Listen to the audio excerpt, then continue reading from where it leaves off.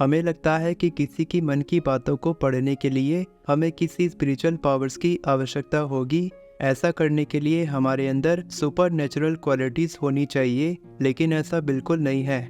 Mind reading करने के पीछे के विज्ञान को समझकर आप किसी भी व्यक्ति के मन के विचारों को पढ़ सकते हैं, और इसके लिए आपको कुछ टॉप सीक्रेट्स के बारे में जानना होगा जिसके बारे में कोई बात नहीं करता है। लेकिन आज की इस वीडियो में मैं आपको उन सीक्रेट्स के बारे में बताने वाला हूँ। एक सच्ची घटना के द्वारा मैं आपको उन सीक्रेट्स के बारे में बताता हूँ। भारत के एक बहुत बड़े संत हुआ करते थे जिनका नाम है रमन महर्षि। एक बार की बात है, उनका एक भक्त कश्मीर से उनसे मिलने के लिए आता है। उस व्यक्ति की जिंदगी में बहुत सारी प्रॉब्लम्स होती हैं, लेकिन उसे केवल कश्मीरी भाषा में ही बोलना आता है। वो व्यक्ति रमन महर्षि के सामने बैठ जाता है और उन दोनों के बीच बहुत समय तक कोई बातचीत नहीं होती है। थोड़ी देर के बाद वो व्यक्ति रमन महर्षि के सामने हाथ जोड़कर मुस्कुराते हुए वहां से चला जाता है। अगले दिन सुबह रमन महर्षि का दोस्त उनके पास आता है और उनसे पूछता है, गुरुजी, आपने मुझे कभी नहीं बताया कि आपको कश्मीरी भाषा भी बोलनी आती है। रमन महर्षि अपने दोस्त से पूछते हैं, तुम ऐसा क्यों कह रहे हो? तब उनका दोस्त उनसे कहता है, कल आपका कश्मीरी भक्त अपनी परेशानी लेकर आपके पास आया था और वो खुशी खुशी यहाँ से चला गया, तो आपने उसकी परेशानी का हल कैसे किया? रमन महर्षि कहते हैं, मैंने उनसे कोई बात नहीं की, और ऐसा कहकर वे वहाँ से चले जाते हैं। उनका दोस्त हक्का बक्का रह जाता है और सोचने लगता है कि जब रमन महर्षि ने उनसे कोई बात नहीं की तो फिर उन्होंने उसकी परेशानी का हल कैसे कर दिया। उनका दोस्त एक दिन फिर से रमन महर्षि के पास जाता है और उनसे पूछता है, कृपया करके मुझे बताएं कि आपने उसकी परेशानी का हल कैसे किया। रमन महर्षि अपने दोस्त से कहते हैं, मैंने उनसे कोई बात नहीं की, लेकिन मैंने उसकी पश्चंती वाक को सुन लिया था। तब रमन महर्षि उन्हें एक इंसान के अलग अलग वाक के बारे में समझाना शुरू करते हैं।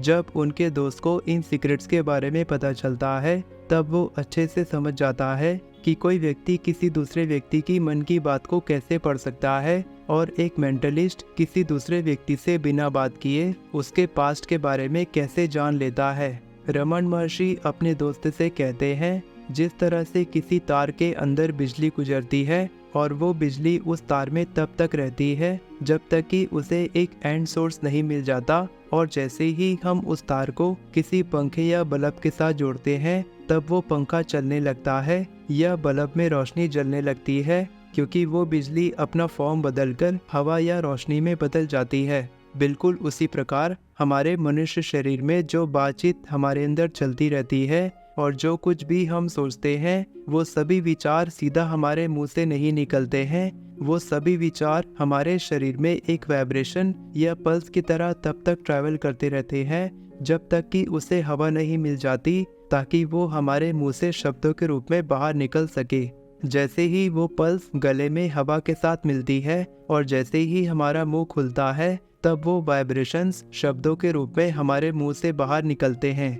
हमारे शरीर में 4 प्रकार के वाक होते हैं, जिनमें से सबसे पहला होता है वैखरी वाक। जिस प्रकार के विचार हमारे दिमाग में आते हैं और उन विचारों को शब्दों के रूप में आप अपने मुंह से बोलते हैं, उन्हें हम वैखरी वाक कहते हैं।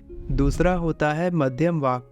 ये उस तरह के विचार होते हैं जो आपके दिमाग में होते हैं और आप उन्हें मुंह से नहीं बोलते हैं, लेकिन आप उन विचारों को भली भांति समझते हैं। तीसरा होता है पश्चंती वाक। इस प्रकार की वाणी को मध्यम वाक से निचले स्तर का माना जाता है।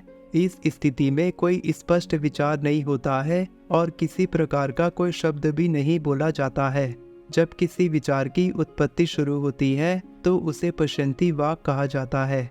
चौथा होता है पारा वाक। ये पश्चंती वाक से भी पहले की स्थिति होती है, जब आपके विचार अभी बनना भी शुरू नहीं हुए होते हैं और ये एक एनर्जी फॉर्म की तरह आपके शरीर में रहते हैं, यानी कि ये सबकॉन्शियस लेवल पर आपके दिमाग में रहते हैं। इसे एक साधारण मनुष्य कभी महसूस नहीं कर सकता, लेकिन एक एनलाइटेंड पर्सन यानी एक प्रबुद्ध व्यक्ति पारा वाक के नीचे के तीनों वाक को अच्छे से महसूस कर सकता है। और ऐसे महान योगी न केवल अपने वाक को अच्छे से महसूस कर सकते हैं, बल्कि ऐसे लोग किसी दूसरे व्यक्ति के वाक को भी सुन सकते हैं, क्योंकि वे आपकी पसंदीदा वाक या मध्यम वाक को सुनने की कोशिश करते हैं और ऐसा वो आपके शरीर की वाइब्रेशंस को समझकर सुन सकते हैं।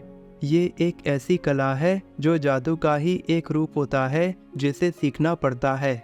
ये एक पहलू है जब एक मेंटलिस्ट किसी दूसरे व्यक्ति के दिमाग को पढ़ता है, लेकिन इसका एक दूसरा पहलू भी होता है जब एक जादूगर एक इल्यूजन क्रिएट करता है और उसे पहले से पता होता है कि आप क्या सोचने वाले हैं और उसी के आधार पर वो आपको जादू दिखाकर ये साबित करता है कि वो आपके दिमाग को पढ़ रहा है, जबकि ये भी एक कला है जिसे वो जादूगर अच्छे से जानता है। इस तरह की किसी भी जादू की कला को सीखना बहुत मुश्किल होता है। ये बिल्कुल भी आसान नहीं है, लेकिन इसे सीखा जा सकता है। इस वीडियो को बनाने से मेरा मकसद किसी को झूठा साबित करना या उनके प्रोफेशन के बारे में कुछ गलत बोलना बिल्कुल नहीं है। ये केवल एक इन्फॉर्मेटिव वीडियो है जिसके बारे में मैं आपको बताना चाहता था। कमेंट सेक्शन में मुझे बताएं कि आपको ये वीडियो कैसी लगी।